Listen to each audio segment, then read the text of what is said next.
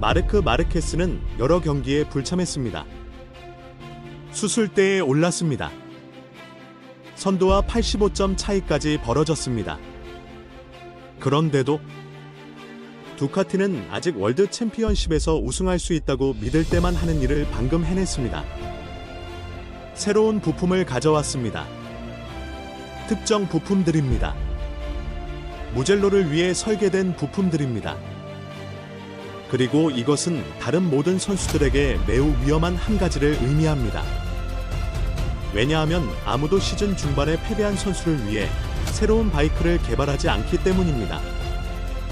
당신은 그가 여전히 챔피언십을 뒤흔들 수 있다고 믿을 때 개발합니다. 그리고 조심하세요. 우리는 단순한 공기역 학적 개선에 대해 이야기하는 것이 아닙니다. 우리는 가속, 안정성, 최고 속도에서 두카티의 전체적인 움직임에 영향을 미치는 변화에 대해 이야기하고 있습니다. 하지만 여기서 가장 중요한 것이 나옵니다. 마르크는 아무 서킷에서나 복귀를 선택하지 않았습니다. 그는 무젤로에서 돌아왔습니다. 달력에서 가장 육체적으로 힘든 트랙 중 하나입니다. 그리고 만약 마르크가 여기서 살아남을 수 있다면 챔피언십은 완전히 바뀌게 될 것입니다. 왜냐하면 이것은 더 이상 단순히 복귀에 관한 것이 아니기 때문입니다. 이것은 10번째 월드 챔피언십에 관한 것입니다. 지금 바로 댓글로 한 가지를 알려주세요. 올해 마르크가 여전히 챔피언이 될 수 있다고 생각하시나요? 예, 아니요? 모토GP에는 많은 사람이 모르지만 패독에서는 모두가 완벽하게 이해하는 규칙이 있습니다. 공식 선수가 연속으로 한 번 이상의 그랑프리를 놓치면 팀은 항상 계약상 의무는 아니지만 실질적으로 대체 선수를 찾아야 할 의무가 있습니다.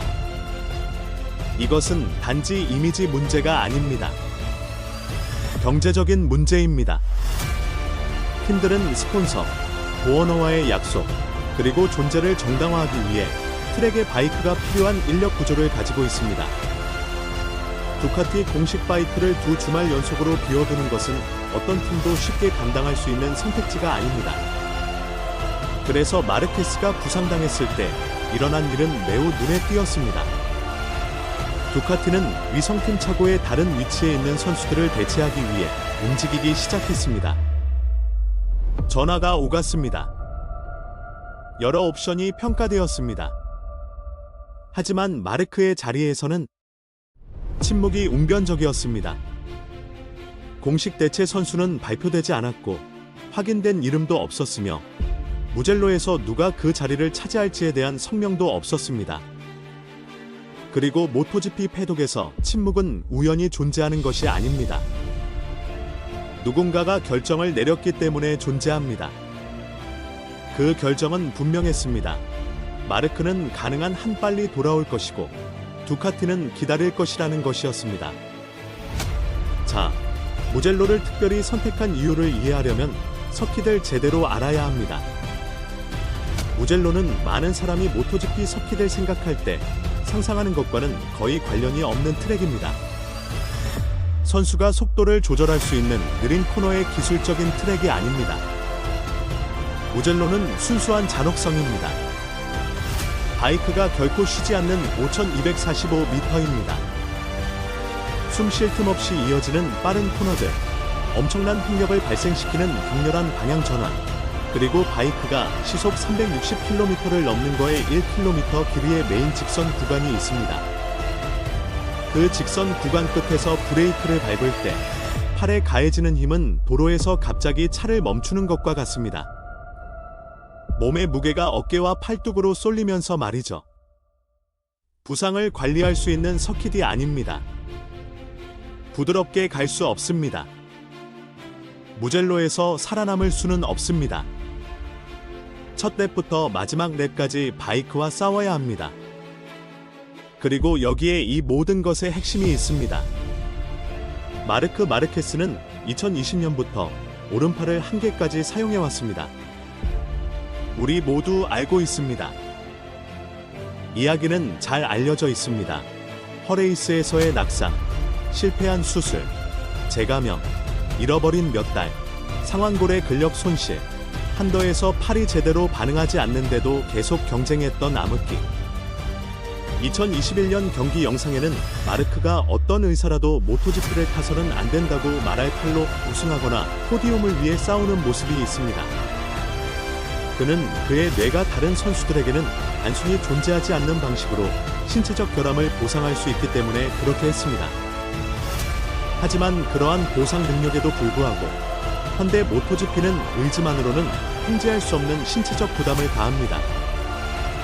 현재 모토GP는 제동 시 1.8g 이상의 힘을 발생시킵니다. 무젤로의 빠른 코너에서는 몸이 몇 초 동안 지속적으로 1.2g에서 1.5g 사이의 횡력을 경험합니다. 그리고 이 바이크들의 앞부분은 특히 제동 시 압축에 훨씬 더 많은 하중을 가하는 현재의 공기역학적 장치들로 인해 핸들바가 당신을 때리는 것을 막기 위해 팔에 지속적인 압력을 요구합니다. 이것은 단순한 저항이 아닙니다. 팔뚝, 이뚝은 어깨 근육을 이용한 능동적이고 영구적인 제어입니다. 그래서 상징성을 넘어 이곳으로 돌아오는 것은 매우 실질적인 의미를 가집니다. 만약 마르크 마르케스가 팔이 버텨주면서 무젤로에서 예선 세션을 완료할 수 있다면 그것은 단순한 헤드라인이 아닙니다. 그것은 몸이 3년 전에는 불가능해 보였던 기능 수준을 회복했다는 의학적, 스포츠적 확인입니다. 그리고 두카티는 그것을 알고 있습니다. 그래서 그들은 기다렸습니다. 그래서 대체 선수를 두지 않았습니다. 왜냐하면 마르크가 무젤로에서 살아남을 수 있다면 그는 남은 시즌 일정을 견뎌낼 수 있기 때문입니다.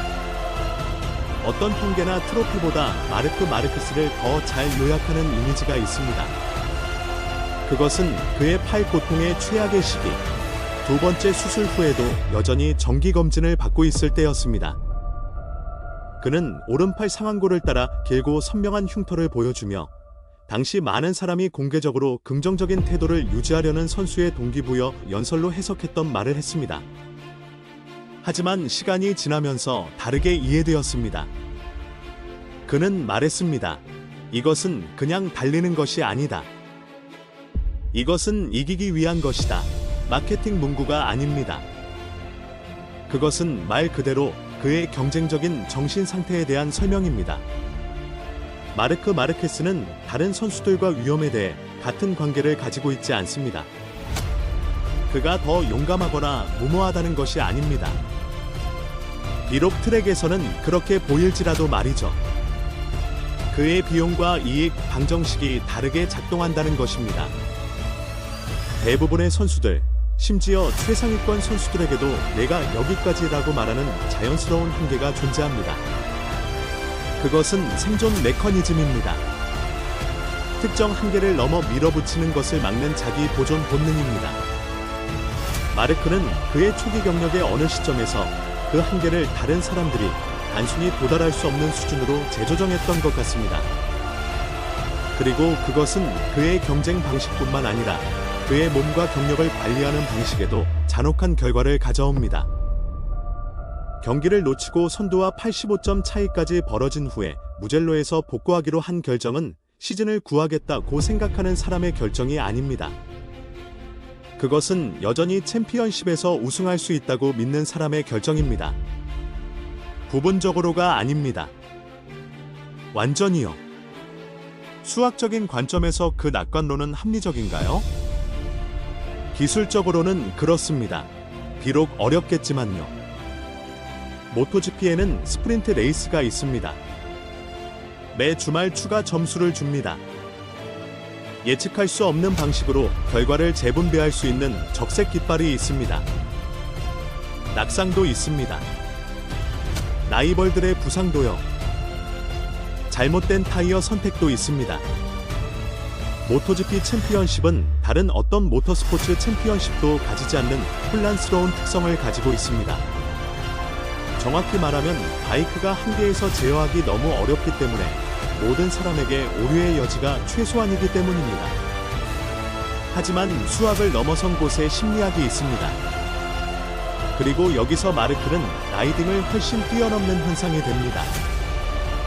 왜냐하면 모토GP에서 바이크의 개발은 선수가 트랙에서 생성하는 데이터에 크게 의존하기 때문입니다. 그리고 마르크의 데이터는 그가 바이크에 요구하는 방식 때문에 단순히 독특합니다.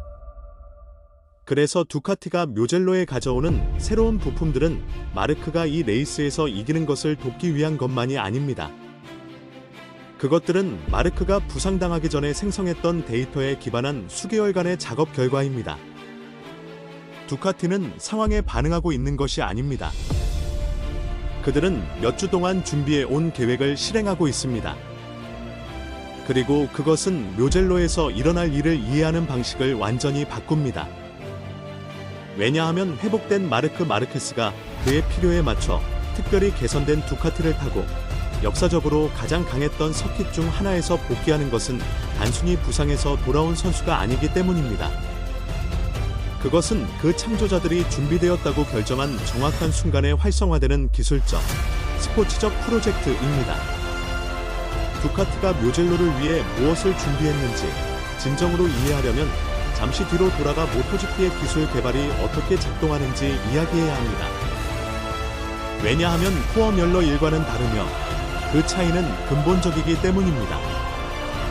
포어뮬러 1에서는 팀들이 정해진 최대 예상과 토큰 시스템에 의해 부분적으로 규제되는 업데이트 양으로 작업합니다. 모토GP에서는 시스템이 다릅니다. 제조업체들은 연간 엔진 승인을 받지만 공기역학 부품과 기계 부품에서는 시즌 동안 새로운 부품을 도입할 훨씬 더 많은 자유를 가집니다. 그리고 그 자유는 매우 공격적인 개발 역학을 만들어냅니다. 여기서 더 나은 자원을 가진 팀들은 어떤 레이스에서든 힘의 균형을 바꾸는 새로운 패키지를 가지고 나타날 수 있습니다. 두카티는 수년 동안 그 역학의 대가였습니다. 보어구 페니겔에 있는 그들의 R&D 부서는 트랙 데이터와 거의 실시간으로 작업합니다. 그들은 풍동, 최첨단 시뮬레이터, 그리고 규모와 능력 면에서 F1의 빅팀들과 경쟁하는 엔지니어 팀을 가지고 있습니다. 그것이 데즈 모저디시가 지난 3년 동안 챔피언십에서 가장 빠른 바이크였던 이유 중 하나입니다. 자, 이제 바어설로너와 허레이스 이후 테스트에서 나타난 것은 단순한 세팅 조정이 아니었습니다. 공기역학 패키지부터 시작해봅시다.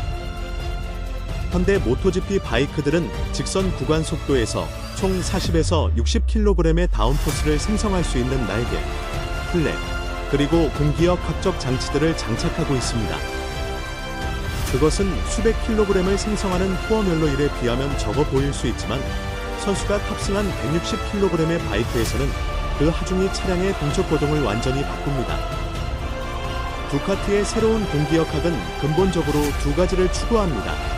바이크가 지속적으로 하중을 받는 모젤로의 빠른 코너에서 더 많은 다운포스, 그리고 최고 속도가 위치를 방어하거나 잃는 차이를 만들 수 있는 직선 구간에서 더 적은 공기 저항입니다. 두 가지를 동시에 달성하는 것은 극도로 어렵습니다. 일반적으로 더 많은 다운포스는 더 많은 저항을 의미하고 더 적은 저항은 더 적은 다운포스를 의미합니다. 그래서 모토GP의 공기역학 디자이너들은 능동적인 날개 형상, 즉 속도에 따라 그 효과가 변하는 날개 형상으로 작업합니다. 직선 구간에서는 공기가 그 표면들에 한 가지 방식으로 작용합니다. 코너에서는 다른 방식으로 작용합니다. 그리고 비밀은 그러한 차이를 활용하는 기하학적 형태를 찾는 데 있습니다. 테스트에서 나타난 새로운 공기역학은 두카티가 그 균형에서 새로운 해결책을 찾았음을 시사했습니다.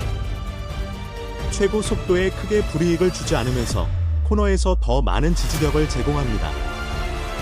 에러비어터 1과 에러비어터 2와 같이 시속 200km 이상으로 통과하는 코너가 있는 모젤로에서는 그것이 랩당 전체 몇십 분의 1초를 의미할 수 있습니다. 하지만 기술적으로 가장 흥미로운 부분은 스윙암 근처에서 일어난 일입니다. 스윙암은 뒷바퀴를 바이크의 셋시에 연결하고 뒷 서스펜션의 기하학적 구조를 결정하는 부품입니다. 그 영역의 어떤 수정도 바이크가 지면에 동력을 전달하는 방식에 직접적인 영향을 미칩니다. 그리고 두카티가 거기서 수정한 것은 지난 2년 동안 모토GP에서 가장 중요한 기술적 전장이 된 것과 관련이 있습니다. 리어 라이드 하이트 디바이스, 즉 후방 높이 조절 장치입니다. 기본적인 아이디어는 다음과 같습니다. 고출력 바이크에서 가속할 때 엔진 토크가 위로 밀어 올리기 때문에 뒷부분이 들리는 경향이 있습니다. 그것은 밀리를 발생시키는데 이는 모토GP에서 가장 비효율적인 시간 손실입니다. 이를 방지하기 위해 엔지니어들은 가속 중에 바이크의 뒷부분을 기계적으로 낮추는 시스템을 개발했습니다. 뒷부분을 낮추면 기울기 축이 변하고 뒷바퀴가 아스팔트에 더 강하게 눌리며 동력이 더 효율적으로 전달됩니다. 그 결과는 더 깔끔하고 더 강력하며 더 빠른 가속입니다. 두카티는 이 개념의 선구자였으며 이 분야에서 여전히 경쟁자들에 비해 기술적 우위를 가지고 있습니다. 하지만 높이 제어 시스템에는 모토GP 엔지니어링 외부에서는 거의 알려지지 않은 문제가 있습니다. 뒷부분을 더 많이 낮출수록 구동 체인의 기하학적 구조가 더 많이 변한다는 것입니다. 바이크 체인은 엔진에 있는 피니언과 뒷바퀴에 있는 스프로킷 사이의 특정 거리로 작동합니다. 시스템이 뒷부분을 몇 밀리미터 낮추면 그 거리가 변합니다. 그리고 너무 많이 변하면 체인이 서스펜션 이동 경로의 특정 지점에서 느슨해지거나 다른 지점에서 과도하게 팽팽해질 수 있습니다.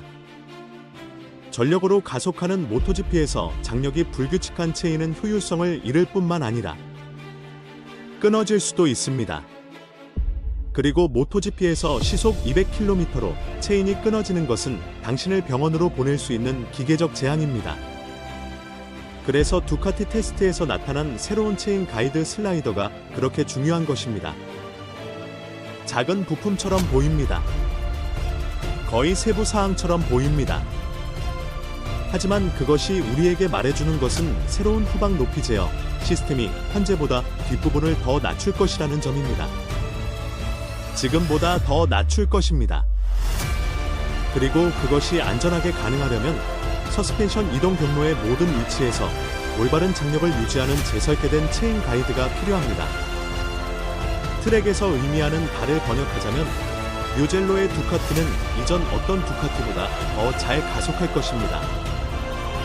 현재 설정으로는 다른 선수들이 단순히 따라잡을 수 없는 방식으로 코너를 빠져나올 것입니다. 그리고 그것을 새로운 공기역학과 결합하면 전체 계획을 이해하게 됩니다. 두카티는 묘젤로를 힘의 과실을 위한 완벽한 무대로 만들고 있습니다. 개선된 공기역학적 균형 덕분에 직선 구간에서 더 빠른 속도, 새로운 후방 높이 시스템 덕분에 코너 탈출 시 더 많은 트랙션 능력, 그리고 배경 서킷으로는 역사적으로 최고 출력과 최고의 트랙션 컨트롤을 가진 바이크들이 가장 명확하게 지배했던 트랙입니다. 이것은 우연이 아닙니다. 매우 구체적인 스포츠적 의도를 가진 엔지니어링입니다. 이제 많은 팬들이 아직 완전히 이해하지 못한 것에 대해 이야기해야 합니다. 왜냐하면 그것이 두카티가 하고 있는 모든 것의 맥락을 바꾸기 때문입니다. 에프릴리어는 진정한 위협이 되었습니다. 서류상으로나 시즌 전 발표에서가 아니라 실제 기록에서, 실제 레이스 조건에서, 패배가 가장 아픈 서킷에서 말입니다. 그리고 3시즌 연속으로 모토GP의 절대적인 기준이었던 두카티에게 그것은 브랜드 자존심을 훨씬 뛰어넘는 문제입니다. 에프릴리어가 여기까지 오게 된 이유를 이해하려면 그들이 어디에서 왔는지 이해해야 합니다. 에프릴리어가 2015년에 자체 엔진을 가진 제조업체로 모토GP에 복구했을 때 그것은 기본적으로 실험적인 프로젝트였습니다. RSB는 흥미로운 기술적 잠재력을 가진 바이크였습니다. 두카티 엔진과는 다른 철학을 가진 65도 V4 엔진을 탑재했지만 그 잠재력을 결과로 바꾸는 데는 수년이 걸렸습니다. 첫 몇 년은 학습의 시간이었습니다. 최고의 선수들은 아직 승리하는 프로젝트임을 입증하지 못한 프로젝트의 위험을 감수하고 싶어 하지 않았습니다. 전환점은 에일릭스 에스파워거로의 영입과 새로운 프로젝트 책임자의 등장이었습니다. 에일릭스는 빠르기만 한 것이 아니었습니다. 그는 레이스마다 극도로 상세하고 일관된 기술 피드백을 제공할 수 있는 도로 엔지니어였습니다. 그리고 그것은 바이크 개발을 결정적인 방식으로 가속화했습니다. 2022년에 에프릴리어는 이행정 시대 이후 모토GP에서 첫 우승을 차지했습니다. 2023년에는 특정 서킷에서 포디움과 우승을 위해 꾸준히 싸웠습니다. 그리고 2025년 현재까지 한 걸음 더 나아갔습니다. 현재 RSGP는 두카티 데즈모저디시가 아직 완전히 해결하지 못한 것을 가지고 있습니다. 일부 서킷에서 단순히 더 나은 큰 반경의 빠른 코너에서의 움직임입니다. 왜일까요? 답은 엔진의 기하학적 구조와 그것이 바이크의 동적 거동에 어떻게 영향을 미치는지에 있습니다.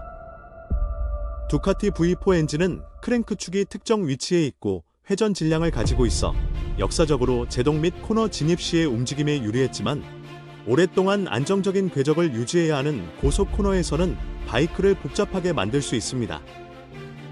에프릴리어 엔진은 다른 각도와 특정 질량 분포로 인해 특정 상황에서 자이로 효과를 덜 발생시켜 길고 빠른 코너에서 바이크가 궤적을 유지하기 더 쉽게 만듭니다.